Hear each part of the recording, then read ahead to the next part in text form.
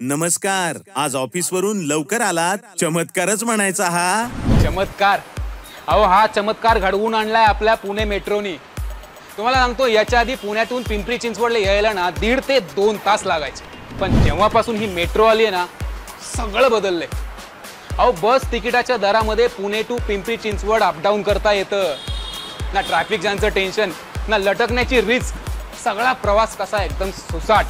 मोदी सरकार, महायुती सरकार आणि लक्ष्मण भाऊंच्या प्रयत्नातून हे स्वप्न प्रत्यक्षात उतरलंय.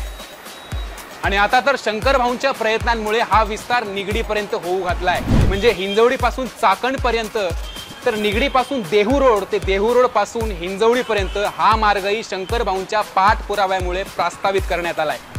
चला, म्हणजे आता पुणे आणि पिंपरी चिंचवड आणखी जवळ येणार. पैसेही वाचले, वेळही वाचला आणि प्रवासही सुरक्षित झाला.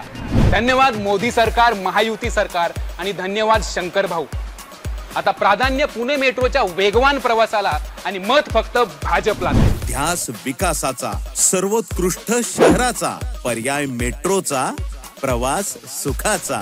भारतीय जनता पार्टी, शिवसेना, राष्ट्रवादी काँग्रेस पार्टी आणि मित्रपक्ष या महायुतीचे अधिकृत उमेदवार जगताप शंकर पांडुरंग यांना कमळ या चिन्हासमोरील बटन दाबून प्रचंड बहुमतांनी विजयी करा.